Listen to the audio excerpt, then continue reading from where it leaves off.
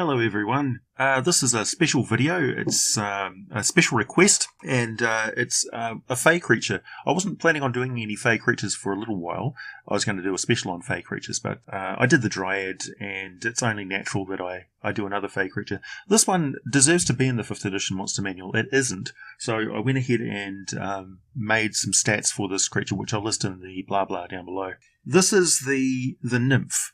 It's a creature from Greek mythology, and in the Dungeons and Dragons universe, a nymph is a creature of perfect natural beauty. They are an embodiment of nature's perfection, literally an embodiment of that perfection. As such, they are not biological creatures as we would see them. They are a manifestation that arises spontaneously from fey influence in the natural world. In the fey environment, in the fey universe, they are powerful protectors, and they kind of overlook the rest of fey kind as a moderating force, and are worshipped and appreciated for what they are. In the mortal world, they are the living testament to the power of beauty itself, how beauty can actually be deadly. But they don't go out of their way to harm anything. They just really are quite reclusive and want to stay in their perfect glades, custodians of nature, nurturers of nature's perfection, and just be themselves. It's only when they interact with the more rough and tumble mortal races and are confronted by ugliness, hideousness, and evil that they get bothered and they want to fix things. Otherwise, they remain fairly neutral. They can't stand evil and hideousness and ugliness, and will go out of their way to destroy it if it impinges on their life.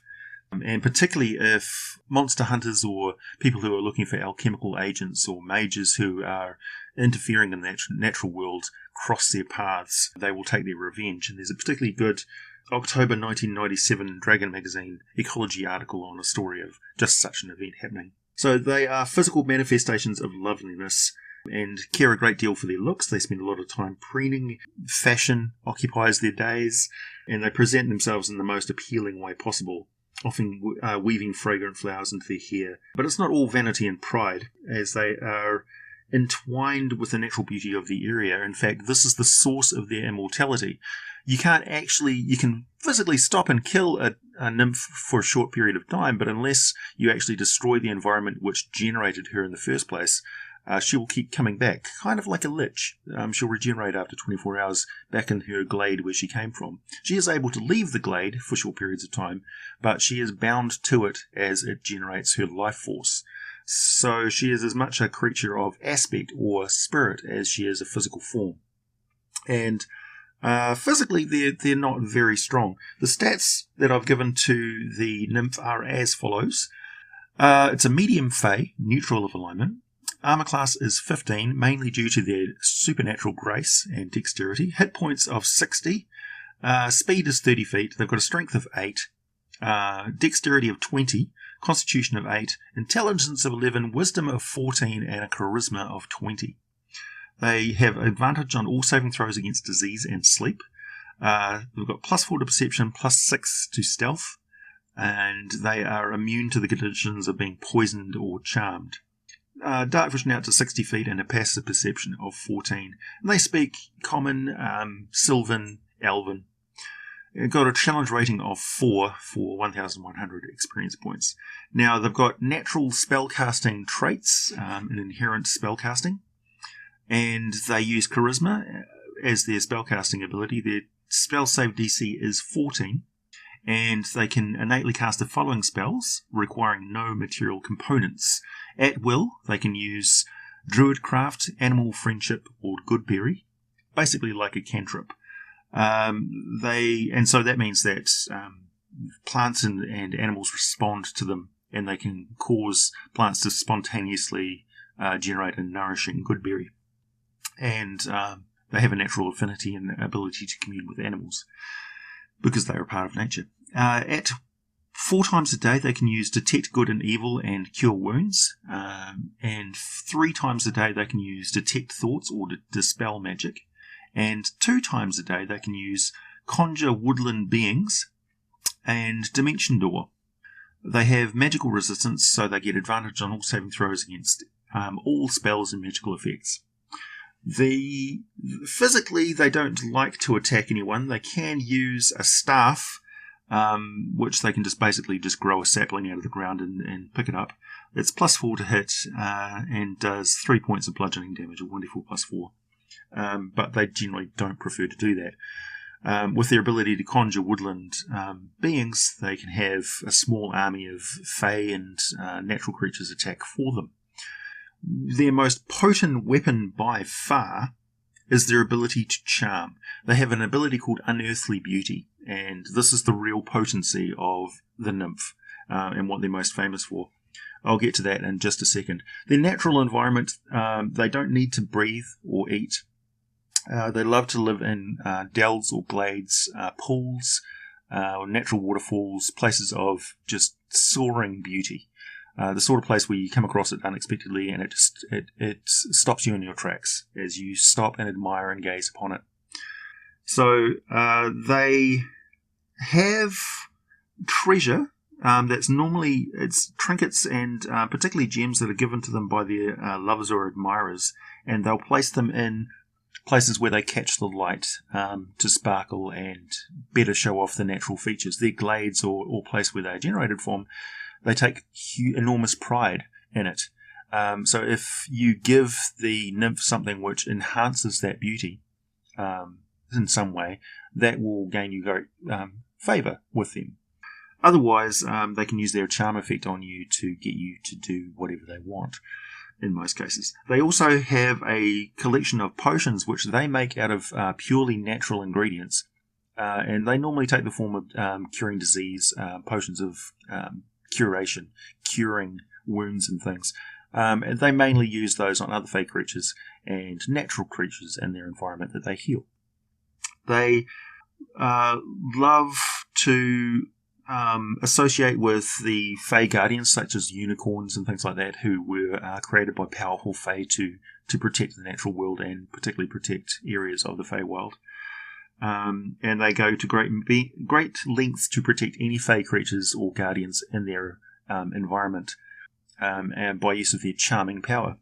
And it's their cautiousness, their high wisdom and reasonable intelligence, and retiring shy nature basically gives them the ability to stop, hang back, think about situations, and then step in at the most opportune time to cease all hostilities and get things back to normal. They are able to use their unearthly beauty in an area effect, and I'll just read this out as it's listed down below in the blah blah. The nymph may target all humanoids within 30 feet who are able to see the nymph, or focus the effect on one target only. If the target can see the nymph, it must succeed on a DC 17 Wisdom saving throw or be magically charmed. The charmed creature becomes infatuated with the nymph and will protect her from any threat, do their best to fulfill every favour the nymph asks of them, and as long as it's not entirely contrary to their nature, they'll basically do what the nymph tells them to. This is an infatuation, which is somewhat different to the normal charm effect, where it's more like a friendship. And this is potent in that it affects pretty much anyone, any humanoid or beast within that 30 feet that gazes upon her. Notice that I keep referring to the nymphs as her. There are no male nymphs. There's rumours in earlier editions of the game that there is a nymph king, but that's entirely optional, and otherwise all nymphs are manifested as feminine. Each time the nymph or her allies damages a target or do anything harmful to the target, it can repeat the saving throw, ending the effect on itself and its success. Otherwise the effect lasts for 24 hours or until the nymph dies or transports or is transported to a different plane of existence from the target, or the nymph ends it as a bonus action. If the target saving throw is successful, it's immune to the nymph's unearthly beauty for the next 24 hours. However, and here's the really special power of their unearthly beauty that differs it from a normal charm effect. If the nymph concentrates on only one target at full force, the effect is potentially lethal.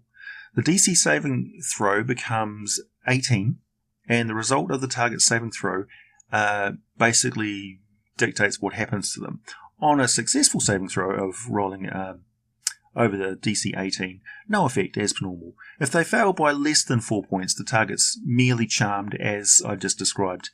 If they fail by 4 to 7 points, they are blinded for 1d4 plus 2 rounds and thereafter charmed as above. And fail by 8 or more points, breathing stops and will not resume while charmed unless the nymphs ask them to breathe. Otherwise, the normal rules for suffocation apply. And the charm is broken if the target drops to 0 hit points and makes the required normal death saving throws due to them not actually breathing. If they fail the saving throw on a roll of a natural 1, their heart stops and they immediately drop to 0 hit points and make death saving throws as per usual.